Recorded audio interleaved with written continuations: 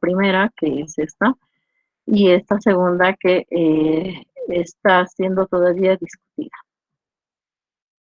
¿Por qué lo denominamos blastocystis SP? Porque justamente se ha determinado mediante el estudio de GEM que tenemos dos subtipos, un subtipo 1 y un subtipo 2, ¿no? El subtipo 1 infectan a humanos y algunos mamíferos. Dentro del subtipo 1 tenemos como 17 subtipos. Dentro los más importantes les traigo aquí ST3, que es el predominante, y se cree que es el principal causante del síndrome inflamatorio intestinal. El ST2 se cree que es el que tiene más síntomas de diarrea. ST4 está presente en pacientes asintomáticos, ST1 en pacientes sintomáticos y ST7 pacientes sintomáticos, pero se ve que estos pacientes sintomáticos no responden bien al tratamiento, ¿sí? Principalmente con metronidazol. Entonces, es así como se está manejando ahora como blastocystis SP por la variedad de subtipos que se tienen.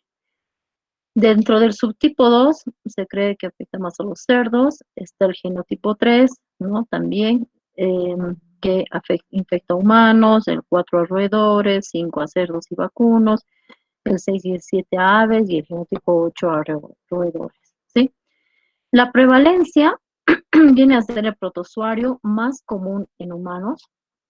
El 60% de prevalencia está presente en países, o personas que viven en países en vías de desarrollo, ¿no? Y del 5 al 20%, según Bushnot y colaboradores, la bibliografía es del 2015, es del 5 al 20% en países desarrollados, ¿sí? Entonces vendría a ser el protozoario más común en humanos. Es una zoonosis, sí, pero también hay la posibilidad de que exista la transmisión de humano a humano. La prevalencia también ha sido estudiada en pacientes inmunodeficientes e inmunosuprimidos, incluyendo VIH y pacientes con cáncer. Y la prevalencia estaría alrededor del 30 a 40%, esto según los datos de Meloni en 2012. ¿Sí? En cuanto a la morfología, vamos a mencionar que Blastocystis hominis tiene una forma vacuolar, una forma multivacuolar, una forma avacuolar, una forma granular, una forma ameboidea y una forma quística, ¿sí? El tamaño ustedes lo pueden ver acá, así difiere en micrómetros. La que es mucho más grande sería la forma ameboidea, que llega hasta 200 micrómetros, ¿sí? La forma vacuolar, ¿sí? Vamos a ver más adelante en las diapositivas, es la más, como que es la más común y se encuentra en heces y en medios de cultivo. De igual forma, la multivacuolar y la granular, ¿no? La forma avacuolar se va a encontrar únicamente en heces y la forma ameboidea principalmente en medios de cultivo y también puede estar presente en heces, pero en heces diarreicas, ¿sí? La forma quística la dividimos en dos: quistes de pared delgada, quistes de pared gruesa. Los quistes de pared delgada que se rompen dentro del tubo digestivo y los quistes de pared gruesa que salen al medio ambiente y que vendría a ser la forma infectante. Dentro de las características de la forma vacuolar, ¿no? Tenemos que son las siguientes características. Es una gran vacuola central que está llena de carbohidratos y lípidos. Ocupa del 50 al 95% de la célula, restringiendo el citoplasma a una banda periférica, ¿no? Y es la forma más frecuente, ¿sí? Tendría que ser esto, ¿sí? La forma multivacuolar presenta dos o más vacuolas, tiene de uno a dos núcleos, está en una fase transicional entre la forma vacuolar y la quística. ¿Sí? La forma avacuolar precede a la forma vacuolar, esta otra, y presenta uno o dos núcleos. Y la forma granular presenta múltiples gránulos en la vacuola y tiene de uno o cuatro o más núcleos, ¿sí? Pero tiene gránulos, ¿sí? Y la forma ameboidea, que presenta de un 2 y tiene actividad fagocitaria de 1 a 2 núcleos. Presenta también, ¿sí? En la forma quística deriva por esquistogonia de la forma vacuolar o multivacuolar, ¿sí? Entonces, acá lo tienen en el gráfico, las diferentes formas, la vacuolar, ¿no? Aquí está, toda esta es la vacuola, estos son los núcleos, la forma granular, la forma ameboide, la forma quística, la multivacuolar y la avacuolar. La vacuola central estaría presente tanto en la forma vacuolar como el granular, y el ameboide puede estar presente o ausente. En la forma quiste multivacuolar y avacuolar está ausente, ¿no? El único estadio que presentaría pared celular sería la forma quística. ¿Sí? Y aquí está, bueno, el número de núcleos, que es de 1 a 2 de la forma ameboide a la vacuolar y de 1 a 4 o más en la forma vacuolar.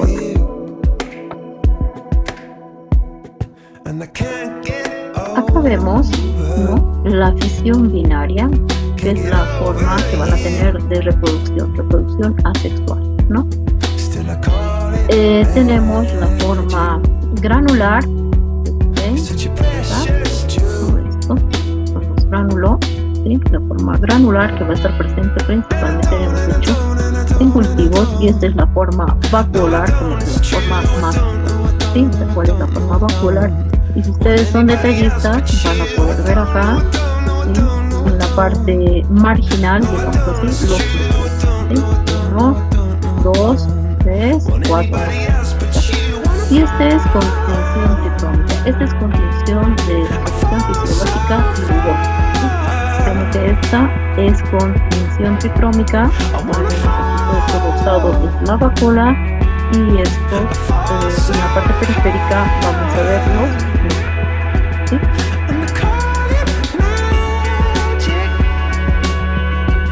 Entonces esto se ve un poco borroso, pero bueno, era solamente para que vean cómo se ve con la tinción tricrómica, igual las formas vaculares y este es un examen en fresco y miren el polimorfismo que tiene, ¿no? En algún momento va a tener más núcleos, en otro momento va a tener menos núcleos, ¿no?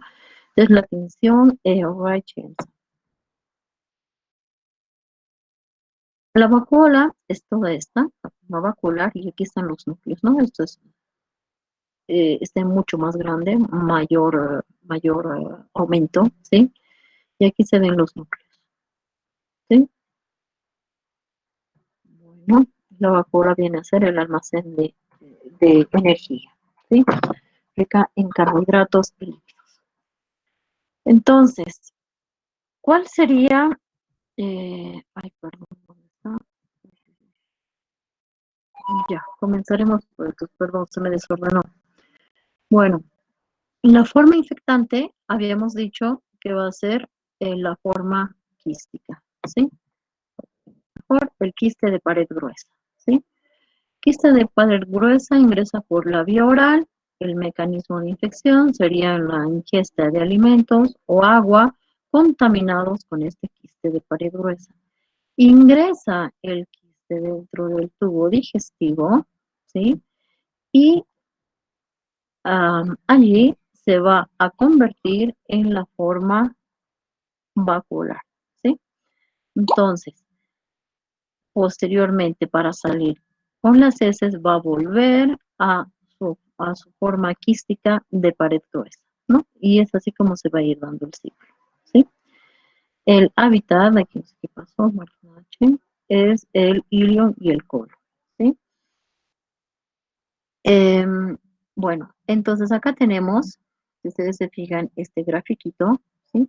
Tenemos la forma vacuolar, ¿no? La que va a sufrir una constante mitosis, y esta forma vacuolar va a dar lugar a una forma multivacuolar o a una forma ameboide, ¿sí?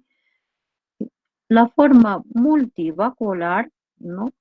Va a evolucionar hacia prequiste, y este por una esquizogonia evolucionaría a un quiste de pared fina, ¿sí? O si esta forma vacuolar evoluciona hacia la forma ameboide, ¿sí? Existe una multiplicación de esta forma ameboide por mitosis, ¿no? Este evoluciona hacia prequiste, y el prequiste por esquizogonia va a dar lugar a un quiste de pared gruesa que va a salir del hospedero, ¿no? Hacia el medio ambiente, ¿no? Y vendría a ser la forma infectante, ¿sí?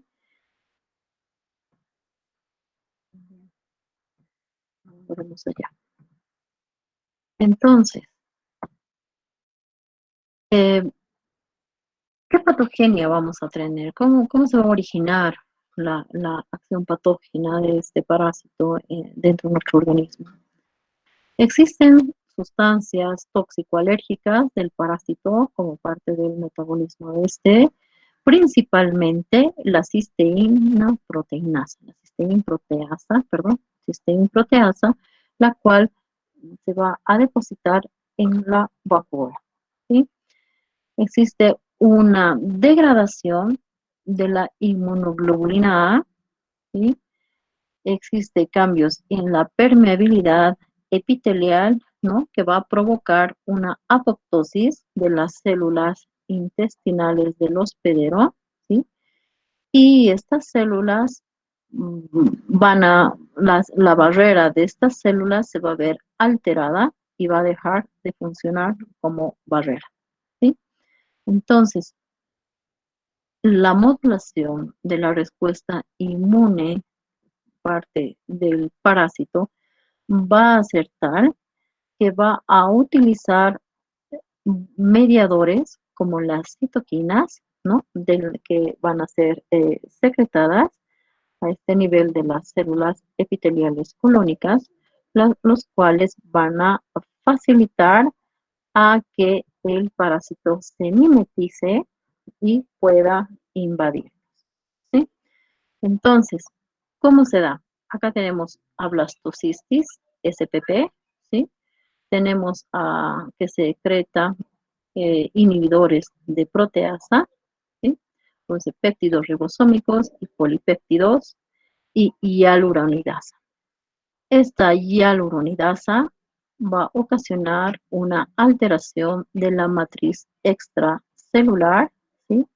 Por lo tanto, existirá un aumento de la permeabilidad a nivel de las células intestinales, ¿sí? Y esto, ¿cómo se va a manifestar? Se va a manifestar con una diarrea, ¿sí? Por otro lado, también va a secretar la glucosiltransferasa, va a secretar las cisteína proteasas que habíamos mencionado como tema muy importante, que va a ocasionar la degradación del mucus intestinal, ¿sí? Em, y junto a las hidrolases, ¿sí? Las serin proteasas van a producir una activación del par2 y también van a aumentar la permeabilidad intestinal. Es decir, este conjunto, ¿no? de cisteína proteasas, serin proteasas, ¿sí? Su acción principal, su meta principal es aumentar la permeabilidad intestinal y de esta forma permitir, ¿no? Que el parásito ingrese, ¿sí? existe también una alteración de las uniones intercelulares, ¿sí? Y por medio de una activación de las caspasas, ¿no? Esto va a ocasionar una muerte celular, es decir, una apoptosis, ¿sí? Y también blastocystis hominis va a ocasionar, habíamos dicho, una degradación a través de sus sistema proteasas, una degradación de la inmunoglobulina A, ¿sí? Que vendría a ser una de las inmunoglobulinas como factor protector de la mucosa intestinal, ¿no es cierto? Entonces lo que va a hacer la sistema proteasas para que no exista esa protección, la va a degradar, ¿sí? También esta sistema proteasa va a estimular la respuesta local específica de las células T, de los monocitos, ¿sí? Y de las células natural killer, ¿sí? Dentro de las citocinas que va a estimular es las citocinas proinflamatorias, principalmente la interleucina 12, que va a estimular a las células NK, a los linfocitos T, para producir interferón gamma y disminuir la interleucina 13. Es así que también las hidrolasas que producen blastocystis hominis va a producir esta producción de la interleucina 3 y la interleucina 4 van a producir un aumento de la producción del moco, ¿sí? Lo cual se va a traducir en una hiperplasia de las células caliciformes, ¿sí? Y esto hace que de una respuesta TH2 se torne, se transforme, mejor dicho, en una respuesta TH1, ¿sí? Con una depresión de moco a este nivel de la mucosa intestinal, ¿sí? Bueno, y aquí hay otro factor también que es importante señalarlo, que va a contribuir a la inflamación y el aumento de la permeabilidad intestinal, que es el factor NF-kappa-beta, ¿sí? Bueno, entonces, toda esta maquinaria que activa el parásito va a hacer que realmente nuestras células intestinales permitan, ¿no? Que el parásito sea, que el parásito nos invada, ¿no? Es más de lo mismo, todo un poquito más resumido, ¿no? Tenemos un rearreglo de los filamentos de actina también a nivel de las uniones intercelulares, ¿sí? Y bueno, y todo esto va a derivar en una apoptosis, es decir, en una muerte de los enterocitos, ¿sí? Bueno,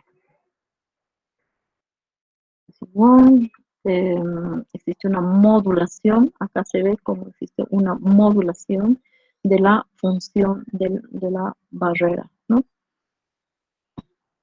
Bueno, ya. Ahora, una de las em, síntomas, digamos, ¿no? Que se le atribuye también a blastocystis hominis son las alergias cutáneas o el rash cutáneo que podría ocasionar, ¿no? ¿Por qué? Por la activación de las células inmunológicas específicas TH2, ¿sí? Produciendo, ya habíamos visto en el gráfico, interleucina 3, 4, 5 y 3, ¿no? Y que van a mediar la respuesta alérgica de la inmunoglobulina G, ¿sí? Por otro lado, también se le atribuye el síndrome eh, del colon irritable, ¿no? Estaría asociado al blastocystis SP, estaría asociado al síndrome del colon irritable o a la enfermedad inflamatoria intestinal, ¿sí? Es un desorden común que va a producir dolor abdominal, defecación irregular, con periodos de repente de constipación o estreñimiento y de diarrea, ¿no? Se ha atribuido eh, este síndrome principalmente a estos subtipos, ¿no? Subtipo 1, subtipo 3 y subtipo 4. ¿Sí? Ahora, en la mayoría de los pacientes, ¿sí? Va a tener un comportamiento comensal, ¿sí? Es decir, que los pacientes no van a presentar ninguna signo-sintomatología en la mayoría de los casos, ¿sí? Algunos autores lo catalogan más bien como un parásito oportunista, ¿sí? Donde va a presentar mayor signo-sintomatología justamente en estos pacientes que tienen inmunosupresión, ¿sí? Ahora, también atribuyen que la forma ameboide sería la responsable de las manifestaciones clínicas, ¿sí? Porque existe una alta actividad de las proteasas y estaría, bueno, jugando un rol importante, ¿no? En la presentación de síntomas, ¿sí? ¿Qué síntomas vamos a ver más frecuentemente en esta parasitosis? Es diarrea, náuseas, dolor abdominal, flatulencia y fiebre, ¿sí? Eh, También en casos agudos se puede presentar con una diarrea líquida abundante, ¿sí? Y si esto se hace muy frecuente en el paciente, obviamente nos llevará a una pérdida de peso, a una dinemia, fatiga, ¿no? Dentro de otras manifestaciones clínicas que se le atribuye a blastocystis hominis está la hemorragia rectal, presencia de leucocitos seneses, eosinofilia, ¿no? Hepatomegalia y esplenomegalia, bueno, rash cutáneo, ¿no? Angioedema, prurito, e infecciones extraintestinales, quedaría como en signos de interrogación. No hay mucha evidencia científica de esto, pero algunos investigadores lo mencionan, que existe la probabilidad de una infección en el líquido sinovial causando una artritis infectiva. Como les digo, aquí lo pongo entre signos de interrogación porque no hay mucha evidencia científica de esto, son casos muy aislados, ¿sí? Lo que sí ya está en muchos trabajos comprobado que vendría a estar asociado con un síndrome del colon irritable, ¿no? Como principal, eh, digamos, asociación estaría blastocystis ominis, ¿no? Dentro del diagnóstico podríamos realizar un frotis directo de muestras en fresco con una tinción tricrómica, con, con Lugol, tinción con hematoxilina férrica, ¿sí? Lo vamos a poder observar. Dentro de lo que cabe, se va a observar dentro de un promedio, se va a observar un promedio de 10 formas vacuolares, ¿no? Normalmente, ¿sí?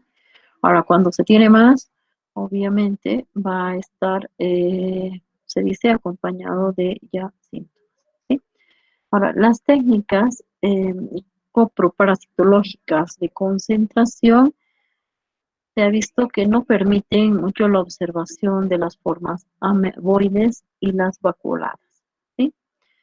Entonces, estas muestras deben ser seriadas, 3 como mínimo, para poder encontrar este parásito, ¿sí?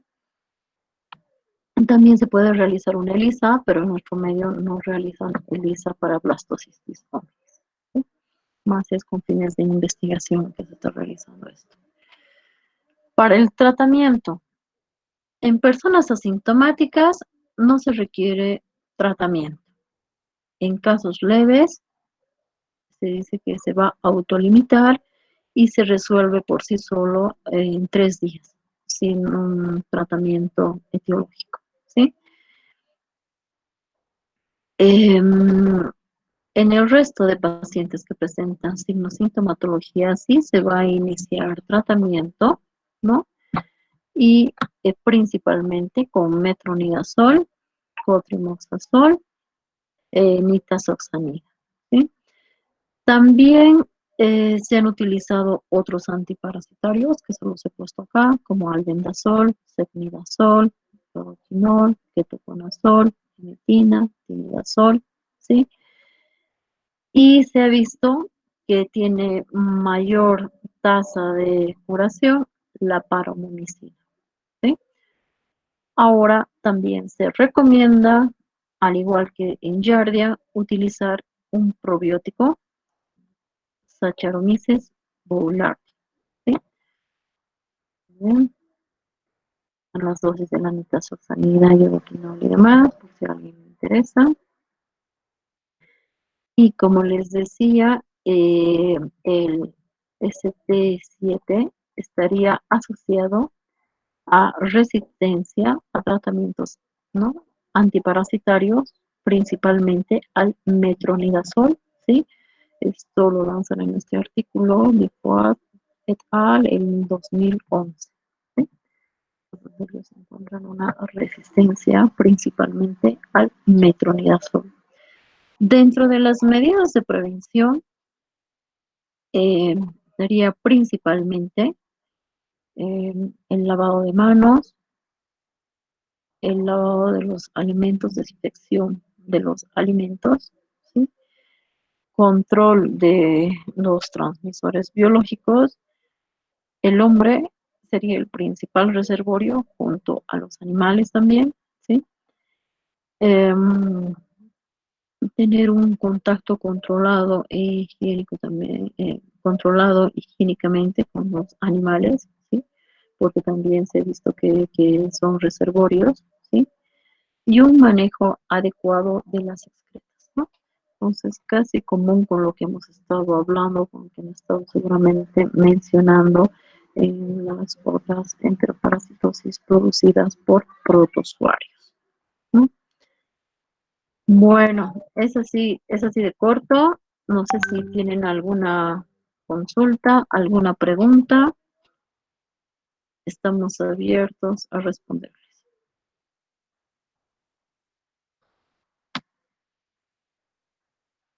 Hola.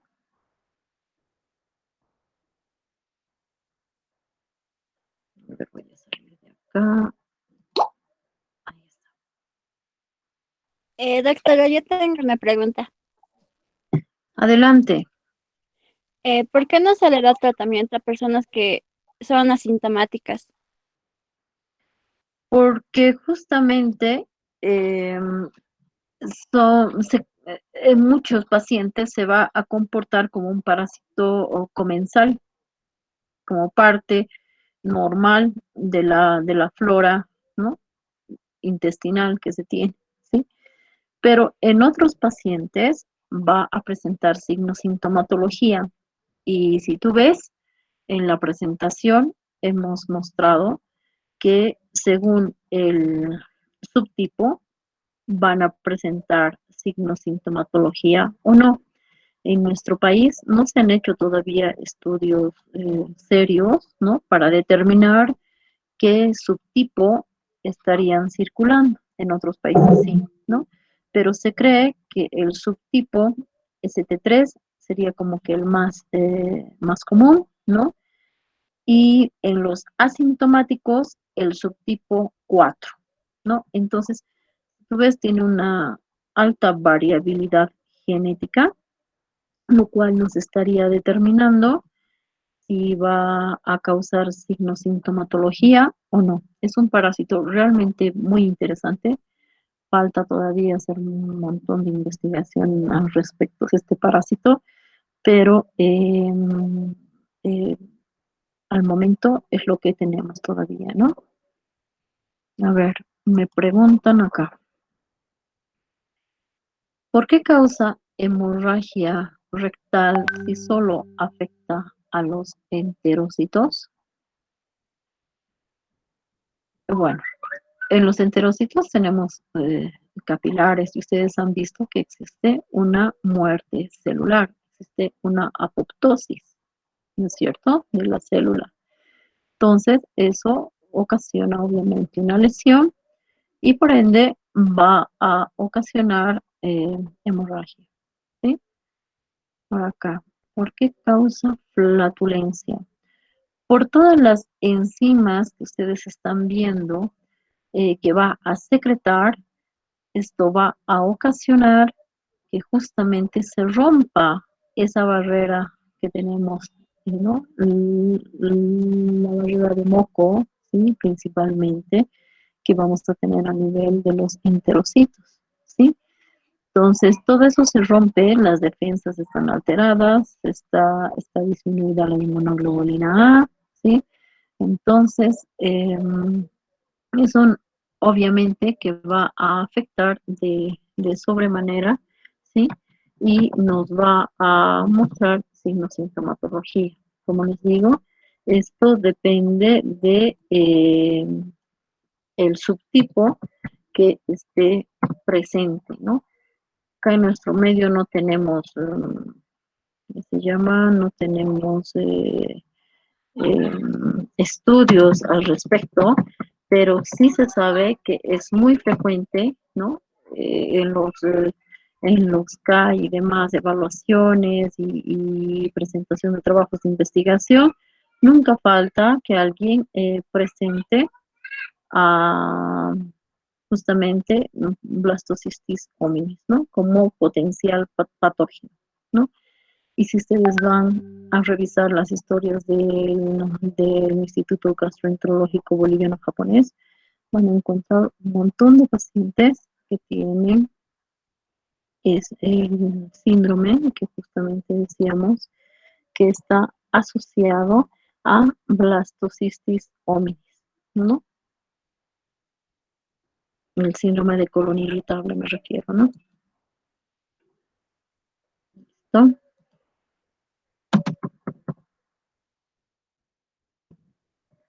A ver, ¿qué más?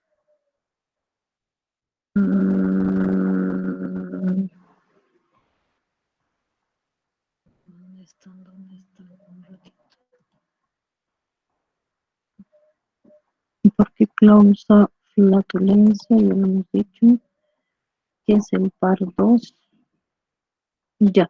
Son mediadores, así como lo de NF-kappa beta, ¿sí? El par 2 es igual a la par, ¿no? Maquinarias, ¿sí? Que van dentro de la célula, por decirles así, que van a activar, ¿sí? Toda la cascada de citoquinas. ¿Qué se observa en el frotis directo en fresco? La forma vacuolar es la que vas a observar, ¿no? Les he mostrado las figuritas, las imágenes, eh, donde veían justamente esto, ¿no? A ver, se los voy a poner otra vez.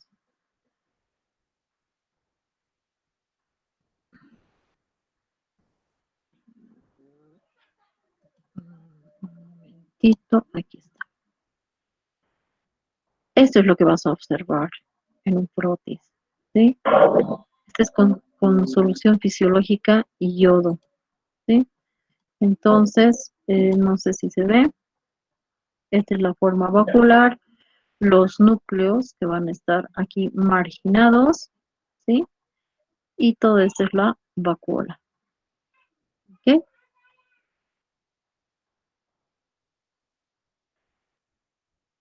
Ya acá en esta otra diapositiva les decía, ¿no? Cuáles van a estar en heces, en medios de cultivo, ¿sí? Presentes, pero la más frecuente siempre va a ser la forma vacuolar, la que de repente siempre la vamos a ver, ¿sí? Una forma ameboide es menos frecuente, ¿sí? Y además que se la puede confundir de repente con otros protozoarios, ¿no? Bueno,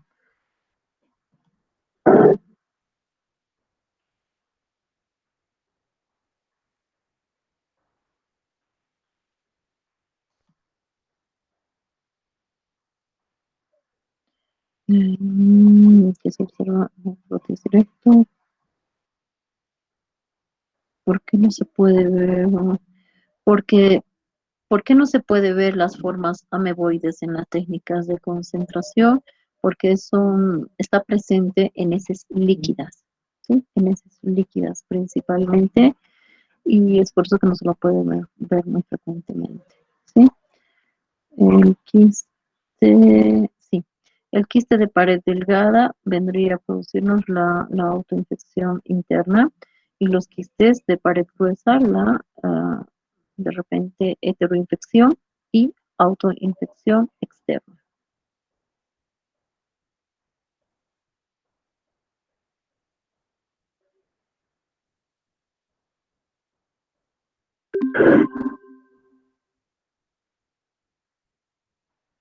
Muy bien, muchachos.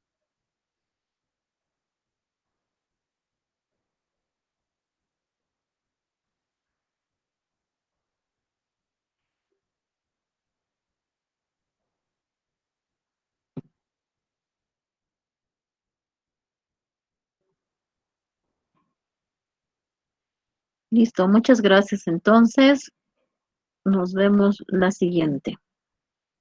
Muchas gracias, doctora. Muchas gracias, doctora. Hasta luego.